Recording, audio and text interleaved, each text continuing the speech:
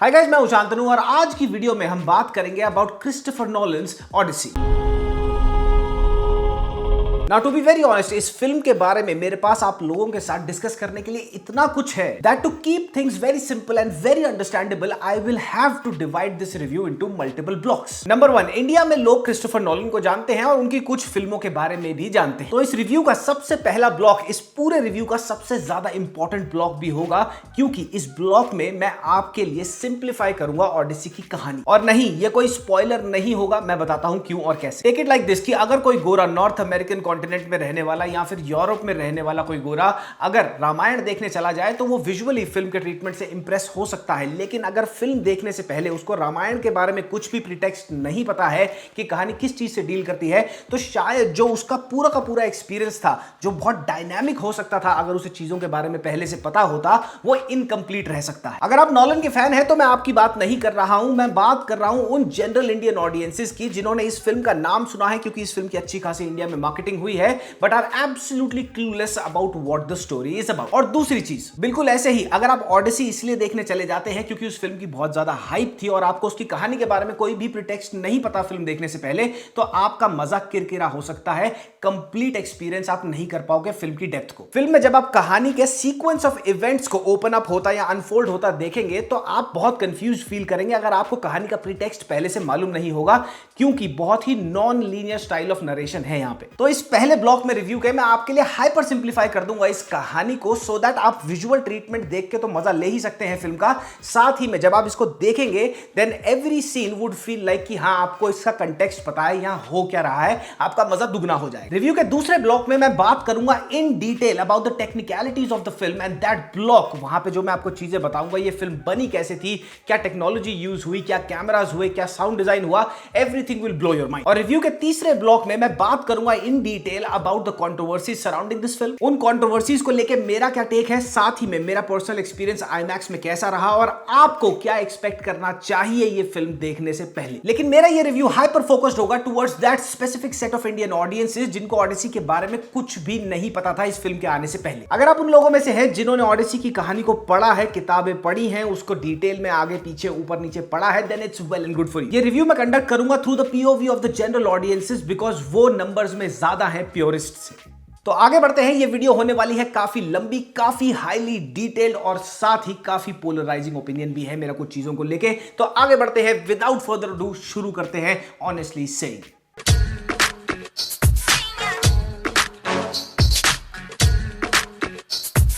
So first things first, Odyssey है क्या? Odissi is one of the two great epic poems of ancient Greece. ये कहा जाता है, now mind my words when I say this, कि कहा जाता है ये पोएम लिखी थी one of the most influential figures in Greek literature जिनका नाम था होमर। अब ये कहा क्यों जाता है और सर्टेन क्यों नहीं है कि होमर ने ही लिखी थी? अब इस सवाल का जवाब देता है द होमेरिक क्वेश्चन, और होमेरिक क्वेश्चन ये कहता है, ये आर्ग्यूमेंट आगे रखता है कि आज तक कोई भी इतना वेल डॉक्यूमेंटेड है ही नहीं सबूत कि होमर इवन एग्जिस्टेड। अब एक बहुत ही इंटरेस्टिंग चीज आपको बताता हूं जो आप फिल्म शुरू होते ही नोटिस करेंगे। एक बहुत ही परसिस्टेंट लेजेंड टेल रही है around the existence of Homer, और वो ये है that number 1, Homer was blind, वो अंधा था, और नंबर 2, होमर ने ओडिसी लिखते हुए अपना ही एक सेल्फ पोर्ट्रेट बनाया था इस कहानी के अंदर जिसका नाम था डेमोडोकस। और फिल्म में आपको डेमोडोकस का कैरेक्टर कौन प्ले करता दिखेगा? ये ट्रेविस स्कॉट। अब ओडिसी कहानी है एक ग्रीक राजा की जिसका नाम था ओडिसियस, और वो राज करता था एक आइलैंड किंगडम में जो ग्रीस में था, और उस आइलैंड किंगडम का नाम था Ithaca, and Matt Damon is playing Odysseus in this film. अब मैंने आपको बताया था that Odyssey is one of the two great epic poems, तो पहली पोएम कौन सी? पहली पोएम जो कहा जाता है, अगेन कहा जाता है होमर ने लिखी थी, उसका नाम था इलियड। और इलियड किस बारे में थी? इलियड बात करती है अबाउट द ट्रोजन वॉर,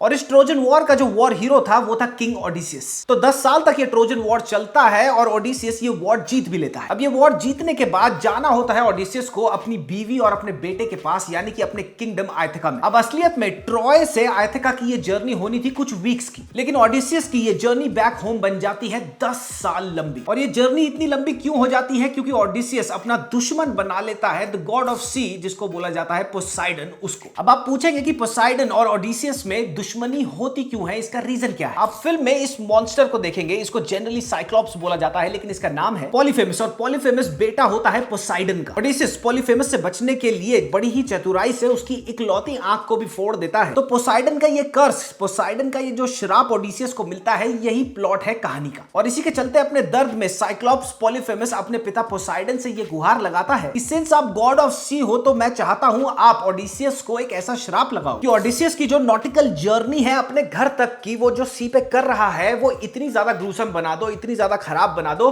कि या तो वो पहुंच ही ना पाए अपने घर, या तो फिर वो इतना लेट पहुंचे कि वहां पे पहुंचने के बाद चीजें बदल गई हो और उनको देख के वो बिल्कुल टूट जाए। अब यहां पे एक बहुत ही इंपॉर्टेंट सवाल उठता है कि इस फिल्म में दिखाई गई कहानी को समझने के लिए क्या आपको इलियड जो पहली पोएम थी यानी कि द ट्रोजन वॉर की कहानी के बारे में इन डेप्थ पता होना बहुत जरूरी है? तो इसका सिंपलेस्ट आंसर यही है, अगर आपके पास टाइम है फिल्म देखने जाने से पहले तो या तो आप ट्रोजन वॉर के बारे में पढ़ लेना और एल्स 2004 में आई ये वाली फिल्म ट्रॉय ये देख लेना। ऑल्दो इस फिल्म में आपको ट्रोजन वॉर के फ्लैशबैक्स दिखाए जाएंगे जो काफी सेल्फ एक्सप्लेनेटरी हैं और आपको काफी चीजें वो बहुत स्पून फीड भी करेंगे, क्योंकि टेक्निकली और लॉजिकली इलियड का जो सीक्वल है वो है ओडिसी। लेकिन आप अगर ट्रोजन वॉर की कहानी से, ट्रॉय की कहानी से बिल्कुल ही अनफेमिलियर है, देन आप कहीं ना कहीं लिटिल बिट ही सही, आप कहीं ना कहीं जरूर लॉस्ट इन ट्रांसलेशन फील करेंगे। अब ये तो हो गई फिल्म की प्लॉट की बात। अब मैं आपको बताता हूं फिल्म में जो आप कैरेक्टर्स देखेंगे, जो की कैरेक्टर्स हैं वो हैं कौन, उनके नाम क्या है और वो करते क्या है, कहानी से उनका लेना देना क्या है। क्योंकि अगर आपको ये नहीं पता होगा,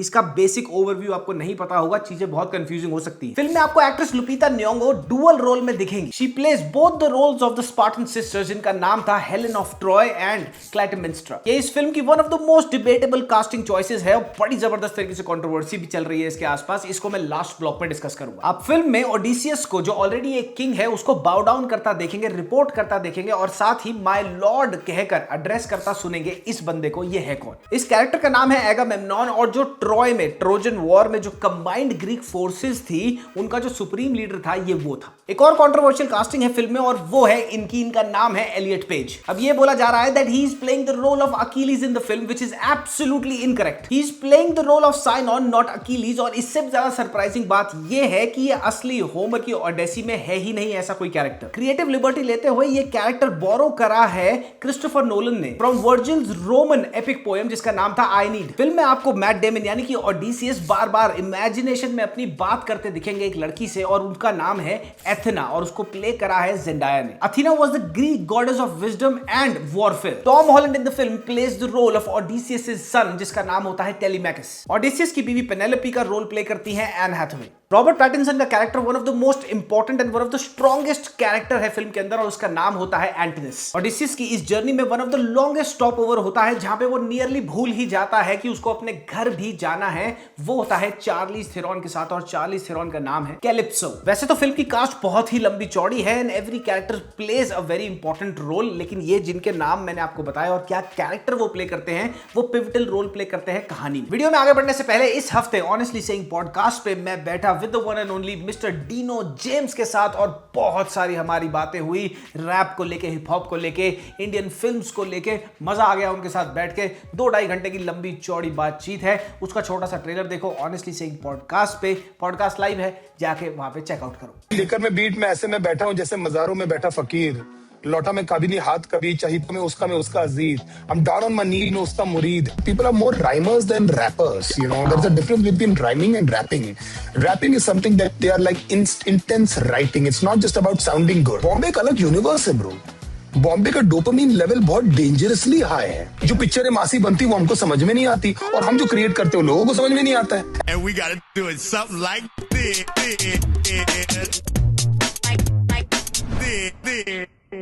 अब आप फिल्म में एक चीज और देखेंगे जो शायद बहुत लोगों को सबसे ज्यादा एक्साइटिंग लगेगी और वो ये है कि फिल्म में मल्टीपल तरीके के जो चैलेंजेस ऑन सी फेस करता है ओडिसियस, वो होते हैं मॉन्स्टर्स। अब टेक्निकली ये सारे मॉन्स्टर्स नहीं है, I am using this just for the name सेक, लेकिन फिल्म देखते हुए ये कौन से मॉन्स्टर का क्या नाम है और ये क्या करता है, इसमें आपको कंफ्यूजन हो सकती है। वो अवॉइड करने के लिए, ताकि आपको समझ आए आप किसको देख रहे हैं, मैं आपको उनके नाम बताता हूं। सबसे पहले आप देखेंगे इस मॉन्स्टर को, इसका नाम है साइक्लॉप्स पॉलीफेमस। ये पोसाइडन का बेटा है। अब इसके बीच में और ओडिसियस के बीच में जो लड़ाई होती है, पूरी की पूरी प्लॉट और कहानी वही सेट करता है। इसके बाद आप फिल्म में आर्मर्ड जायंट्स को देखेंगे, इनका नाम है लाइस्टरगोनियंस। ये प्रीटी मच कैनिबलिस्टिक जायंट्स होते हैं। इसके बाद आपको दिखेंगे ये बर्ड वुमन हाइब्रिड क्रीचर्स, जिनको फिल्म में बताया गया है एज साइरेंस। ये डेडली इसलिए होती हैं क्योंकि इनके चांट्स इतने ज्यादा ल्योरिंग होते हैं, इतनी ज्यादा एन्चेंटिंग होते हैं कि कोई भी सेलर अगर वो सुन ले तो वो अपने आप को भी मार सकता है और साथ ही अपने शिप को भी शिप रेक कर सकता है कंप्लीटली। और एक शॉट आप देखेंगे जहां पर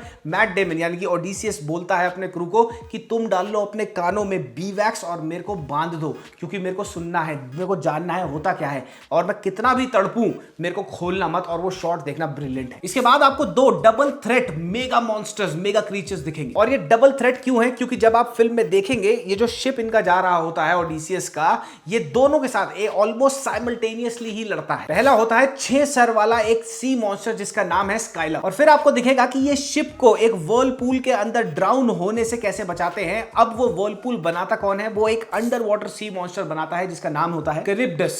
इसके बाद आपको फिल्म में दिखेगा ये कैरेक्टर, ये कोई in the literal terms monster नहीं है, ना ही वो ऐसी दिखती हैं। ये होती है एक विच जो जादू टोना करके ओडिसियस की आर्मी, जो उसके आदमी होते हैं, उनको सुअर में तब्दील कर देती है। इसका नाम होता है सर्सी। तो प्रीटी मच ये 6 मॉन्स्टर्स या क्रीचर्स कह लो आप इनको। काफी सारे लोग जो ये देखेंगे उनको इनके नाम के बारे में नहीं पता होगा, वो क्लूलेस हो जाएंगे। Now you have an idea. कहानी ओपन अप, जैसे कि मैंने पहले भी कहा था वीडियो में, एक बहुत ही नॉन लीनियर फैशन में होगी। ओडिसियस के पीओवी से ही आप हर चीज को देख रहे हैं, लेकिन इस पीओवी में भी पीओवीज हैं। तो मल्टीपल कैरेक्टर्स के मल्टीपल पॉइंट ऑफ व्यूज कहानी में ओपन अप होते हैं, लेकिन कहानी का स्रोत एक ही है और वो है ओडिसियस। फॉर एग्जांपल ओडिसियस के बेटे का पीओवी है जिसका नाम है टेलेमैकस। अगामेम्नॉन के साथ क्या हुआ वो बताता है। रॉबर्ट पैटिंसन के कैरेक्टर का पीओवी है। ओडिसियस की बीवी पेनेलोपी का जो पीओवी है वो बहुत ही जबरदस्त है और बहुत मूविंग है। अलेक्जेंड्रियन स्कॉलर्स ने, होमर ने खुद नहीं किया था, अलेक्जेंड्रियन स्कॉलर्स ने 24 किताबों में इस पूरे के पूरे एपिक को डिवाइड किया था। इसीलिए जब आप इस फिल्म को देखेंगे आप ये चीज रियलाइज करेंगे कि फिल्म का स्क्रीन प्ले इंटरवीव करता है मल्टीपल स्टोरी लाइंस को एक साथ। फॉर एग्जांपल इन 24 बुक्स को अगर ब्रेक डाउन करा जाए तो बुक नंबर 1 से लेके बुक नंबर 4 को बोलते हैं टेलीमैकी। और इन बुक्स में क्या है? इन किताबों में फोकस ओडिसियस की कहानी पे नहीं है, बल्कि फोकस है कहानी पे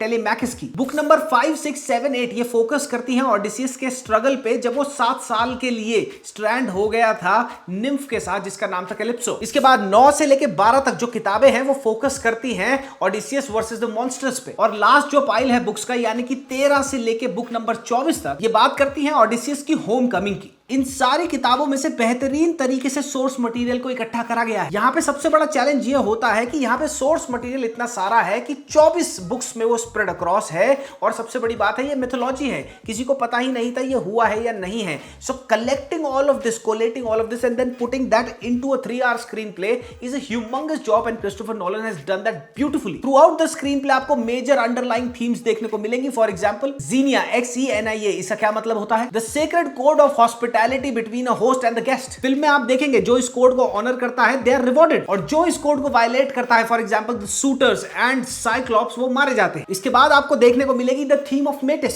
इसका मतलब होता है कनिंग एंड इंटेलिजेंस। ओडिसियस का जो कैरेक्टर है फिल्म में, मैट डेमन जो प्ले कर रहे हैं, वो ब्रूट स्ट्रेंथ पे काम नहीं करता। Instead he is defined by his intelligence, his prowess of willingness. वो एक बहुत ही रिसोर्सफुल आदमी है। वो कहीं पे भी फंस जाता है तो रास्ता ढूंढ लेता है वहां से निकलने का कुछ ना कुछ करके। He believes in the saying God helps those who help themselves. Consistent longing for a home, nostalgia, and at the same time the fight against the temptations that he comes across during his journey. Loyalty और endurance of relationships की जो theme है वो throughout the run time of the film test होती है by the characters of Telemachus, जो उनका बेटा होता है ओडेसियस का, पेनेलोपी जो ओडेसियस की बीवी होती है, और उसके कुछ लोग जो उसके बहुत लॉयल होते हैं जिनका अब बहुत बुरा हाल हो रखा होता है किंगडम में। For example women, comfort, oblivion, you name it, उसको बड़ी सारी टेम्पटेशंस मिलती हैं, but still he is very focus subconsciously कि मुझे घर पहुंचना ही है। How the pull of nostalgia which is going back home becomes better and becomes stronger than the pull of temptations that he faces on the journey is incredibly shown. Now moving on to the next block of this video, यहाँ पे मैं address करूंगा the criticism surrounding this film, the controversies surrounding this film, and mind you ये सब मैं address करूंगा purely and specifically from an Indian audience's mindset and POV. Indian audience जब ये थिएटर में फिल्म देखेगी उनकी क्या परसेप्शन होगी, उनको क्या लगेगा ये फिल्म देखकर, क्योंकि यहाँ पे लॉजिक बहुत सिंपल सा है। ओडिसी की कहानी वेस्ट में स्कूल्स में पढ़ाई गई है जैसे हमारे को रामायण पढ़ाई गई है। इंडिया में लोग हैं जिनको ओडिसी की कहानी के बारे में पता है, उन्होंने किताबें भी पढ़ रखी हैं, well and good for them, but majority of the audiences जो टिकट खरीद के जाएंगी इस फिल्म का कि उनको भैया हाइप है, फिल्म देखनी है, उनको इस कहानी के बारे में कुछ नहीं पता होगा। स्टार्ट करते हैं कि हेलेन ऑफ ट्रॉय एक ब्लैक वुमन क्यों प्ले कर रही है, जबकि एक नहीं मल्टीपल सोर्स मटेरियल में ये क्लियरली मेंशन्ड है that Helen of Troy was very beautiful and as white as a swan. पहली बात तो तो मुझे ये बताओ कि इंडियन ऑडियंसेस को, मैं वेस्ट की ऑडियंस की बात नहीं कर रहा, being very specific again, Indian audiences को कितना फर्क पड़ जाएगा कि हेलेन ऑफ ट्रॉय एक गोरी प्ले कर रही है या फिर एक काली प्ले कर रही है। अगर एक black woman Helen of Troy play कर रही है तो क्या वो आपके पूरे के पूरे फिल्म को देखने के एक्सपीरियंस को खराब कर देगी? 90% लोग जो हाइप के चलते इंडिया में से ये फिल्म देखने के लिए जाएंगे, they do not even know, they have no clue कि हेलेन ऑफ ट्रॉय कौन थी, लेट अलोन कि वो एक काली थी या फिर एक गोरी थी। Absolutely not anybody who says that has their brains in their fucking balls. Exactly same चीज applies to Elliot Page's casting. पहली बात तो वो अकीलीज प्ले नहीं कर रहा, और दूसरी बात, how much does it matter to the audiences कि पहले ये लड़की था अब ये लड़का बन गया है। इंडियन ऑडियंसेस को इन कास्टिंग चॉइसेस से कोई मतलब नहीं होना चाहिए। ये इंडिया में, अगेन आई एम सेइंग, ये इंडिया में जो हो हल्ला कर रहे हैं ना कि भैया जो सोर्स मटेरियल से ये लेके काली को कास्ट कर दिया या फिर एक ट्रैनी को कास्ट कर दिया, ये वही गिनती के 4 चूतिया प्योरिस्ट हैं जिनको लग रहा है कि भैया हमने किताब पढ़ ली तो भैया नोलन को हमारे हिसाब से फिल्म बनानी चाहिए थी। At a grander scale it does not matter for the Indian audiences. And if you ask कि किसके लिए ये मैटर करना चाहिए, ये कास्टिंग चॉइसेस जरूर उन लोगों को काटेंगी who have grown up reading Greek mythology and it was a part of their curriculum, probably growing up in school or maybe a part of their religion as well. For example, Ramayan में रणबीर कपूर को cast किया गया है, India में बहुत लोगों को नहीं पसंद आ रहा, बहुत हो हल्ला चल रहा है। लेकिन जब रामायण ओवरसीज रिलीज होगी तो क्या कोई गोरा टिकट खरीदने से पहले ये सोचेगा कि यार राम भगवान के रोल में रणबीर को कास्ट कर लिया, मुझे वो ऑरा फील नहीं हो रहा? He does not give a because it's not his mythology. बिल्कुल ऐसे ही इंडियन ऑडियंसेस जो भारी मात्रा में ये फिल्म देखने जाएंगी, वो ग्रीक माइथोलॉजी के बारे में जानने के लिए वहां पे जा रही हैं। नंबर 1, नंबर 2 वो जा रही हैं कि स्टार कास्ट बहुत अच्छी है, and number 3 the biggest reason, it's a Christopher Nolan film. Indian reviewscape में तुम्हें ऐसे भी चूतिया मिल जाएंगे ये बोलते हुए कि ग्रीक फिल्म है तो ग्रीक्स को कास्ट क्यों नहीं किया? 2004 में ट्रॉय बनी थी, उसमें सारी ग्रीक कास्ट, स्टार कास्ट थी। 2010 में क्लैश ऑफ द टाइटन्स आई थी, इसमें क्या सारे ग्रीक्स थे? 2011 में ये फिल्म इमॉर्टल्स आई, क्या इसकी स्टार कास्ट ग्रीक थी? साल 2006 में ये फिल्म आई थी, आइकॉनिक फिल्म है 300, इसमें सारे स्पार्टन्स थे, तो सारे के सारे ग्रीक स्टार कास्ट थी। ये क्या बेवकूफाना आर्गुमेंट्स हैं? तुम्हारा दिमाग नितंबोन में है क्या? एक और आर्गुमेंट है फिल्म के आगे, इसकी मॉडर्न डे इंग्लिश क्यों बोली गई है? उसका रीजन सिंपल सा है कि दुनिया भर में ये पिक्चर रिलीज होगी, it's a Christopher Nolan film, it will be talked about throughout the globe, तो ईज ऑफ एक्सेस जो है वो एवरीडे इंग्लिश में ज्यादा आती है। Does it take away from the actual feel of the film? Absolutely not. आपको पता भी नहीं चलेगा आधे घंटे के बाद। सोर्स मटेरियल में से ये नहीं लिया, वहां तो ये लिखा था, वहां से ये ले लिया, वहां से वो ले लिया। अरे भाई, it's not even your own mythology. Most of the people in India buying these tickets do not care about what the source material says. They are there to watch this film on IMAX and experience Christopher Nolan's magic. तो इन purest चूतियों की ना सुनने की जरूरत है नहीं। The film is mind-blowingly done overall. Christopher Nolan ने जिस हिसाब से ये फिल्म लिखी है, स्क्रीन प्ले लिखा है और जिस हिसाब से इसको शूट करके लोगों को प्रेजेंट किया है ना, ये एक्चुअल ग्लोबल फिल्म है। किसी भी कल्चर का आदमी अगर इस फिल्म को देखेगा, नंबर 1 वो विजुअली एंटाइसिंग है, वो विजुअली स्टन्ड रह जाएगा, and number 2 it would be very easy for him to grasp what's being shown in the story. अब कुछ लोग कहेंगे तो इस हिसाब से तो जो रामायण के टीजर में जो हमारे को राक्षस दिखाए हैं उनमें भी कोई दिक्कत नहीं होनी चाहिए। दिक्कत होनी चाहिए, हमारे को होनी चाहिए वो, लेकिन ग्लोबली अगर वो फिल्म रिलीज हो रही है तो outside of India nobody would care कि वो राक्षस कैसे लग रहे थे, बिकॉज आउटसाइड ऑफ इंडिया अगर कोई रामायण देखेगा तो वो उसका पहला एक्सपोजर होगा। इन मोस्ट केसेस उसको लेना देना नहीं होगा कि रामायण के सोर्स मटेरियल में क्या लिखा था, क्योंकि उसने रामायण पढ़ी ही नहीं कभी। जैसे कि मैक्सिमम इंडियन ऑडियंस जो ऑडेसी देखने जाएगी, उन्होंने ऑडेसी कभी पढ़ी ही नहीं। The film is absolutely stunning. ये कोई run of the mill entertainment नहीं है। आप इसको आईमैक्स पे देखो। I would strongly suggest you, कोई और शो मिले मत जाना, आईमैक्स ढूंढो और वहां पे जाके देखो। You would not forget this experience. The sound design alone of this film will blow your mind. The tactile realism in the film is insane. For example, the makeup jobs of the entire star cast are so organic. Matt Damon अपने साथियों के साथ, अपने soldiers के साथ 10 साल से सी पे खोया हुआ है। उसके बाल कैसे होंगे, बालों का टेक्सचर कैसा होगा, salt water exposure, winds, consistent starvation, 10 साल में कई बार तो 3-3 महीने उनको कोई खाना खाने को ही नहीं मिलता। ये सब आप कैसे दिखाओगे पूरी की पूरी स्टार कास्ट में? Everything has been done down to the T. The frames, the lighting, the wide angle shots, insanely beautiful. IMAX पे जब आप देखोगे एक एक कलर अलग दिखता है, कहीं पे भी कोई चीज ओवर सैचुरेटेड नहीं है, अंडर सैचुरेटेड नहीं है। Everything looks so tactile, so real कि आपको लगे मैं इसको टच कर लूं। हॉयट वेन हॉयटेमा ये डायरेक्टर ऑफ फोटोग्राफी है क्रिस्टोफर नोलन के लिए इस फिल्म पर, and what a fantastically outstanding job has he done. Morocco, Greece, Italy, Scotland, Iceland, साथ ही वेस्टर्न सहारा डेजर्ट और माल्टा तक में शूटिंग करी गई है। और वो क्यों? Because Nolan wanted to get the physicality of the real world. ये कैप्चर करने के लिए कि ओडेसियस ने 10 साल लंबी जो जर्नी करी थी अनटच्ड वाटर में, अनमैप्ड जगहों पे, लैंडस्केप्स में, वो कैसी रही होगी, कैसी लगी होगी। फॉर एग्जांपल आपको एक शॉट देखने को मिलेगा जहां पे ये अंडरवर्ल्ड में जाते हैं। इन्होंने आइसलैंड में ब्लैक सैंड बीचेस पे वो शूट करी थी। This is the first film in the history of the entire existence of cinema जो 100% 70mm IMAX कैमरा पे शूट हुई है। अगर आपको नहीं पता तो मैं बता देता हूं, IMAX जिस कैमरे पर ये शूट हुआ है, IMAX एक ब्रांड है। IMAX ने स्पेसिफिकली इस फिल्म के लिए क्रिस्टोफर नोलन और फिल्म के सिनेमेटोग्राफर के साथ कोलैबोरेट किया एक 30% लाइटर IMAX कैमरा बनाने के लिए, क्योंकि इनकी कुछ लोकेशंस इतनी ज्यादा कम्बरसम थी टू रीच बाय फुट, और वहां पे खड़े होकर इतने भारी भारी कैमरे से शूट करना, that it was nearly impossible for them to do so. और इस लाइटर IMAX कैमरा जिससे ये पूरी की पूरी फिल्म शूट हुई है, इसका नाम है Kelly. This film is as great as cinema gets up until now. First half लंबा है, सेकंड हाफ ड्रैग्ड आउट है। How the entire story, the entire screen play is impeccable. The costumes, the makeups, the haircuts, the props, everything shows the struggles. Very honestly saying, I cannot give two fucks about what a foreign reviewer is saying about the casting or the inaccuracies in this film, because as an Indian who had limited exposure towards this story, if this story is being presented to me in this form, which is absolutely stunning to watch, I am all sold. I have no gripes. At least for me, in my personal opinion, ये film ऊपर है Oppenheimer से, Dunkirk से, and sits right next to what? Interstellar. In terms of storytelling and in terms of production. जाके इस weekend पे ये film देख के आओ और IMAX पर ही देख के आना, you would not regret it. This film has been done so brilliantly, it has been cooked so brilliantly that it will be talked about for a very very long time. तो ये था मेरा review of Odissi. ये 4 चूतिया तुम्हारे को purest मिल जाएंगे internet पे धक्के खाते हुए, ओ ये तो वोक था, ओ वो तो वोक हो गई, तुम तो लिबरल हो गए। इनको बोलो आप यहाँ आ जाइए। डीनो जेम्स के साथ मेरा पॉडकास्ट लाइव है, अगर उसको नहीं जाके चेकआउट किया है तो जाके चेकआउट करो और लाइक, सब्सक्राइब और शेयर करो ऑनेस्टली सेइंग पॉडकास्ट को। नेक्स्ट आने वाला है the roast of Farhad Samji. तो मिलते हैं अगली वीडियो में, तब तक के लिए मामा मियां लजानिया पप्पी, बाय बाय।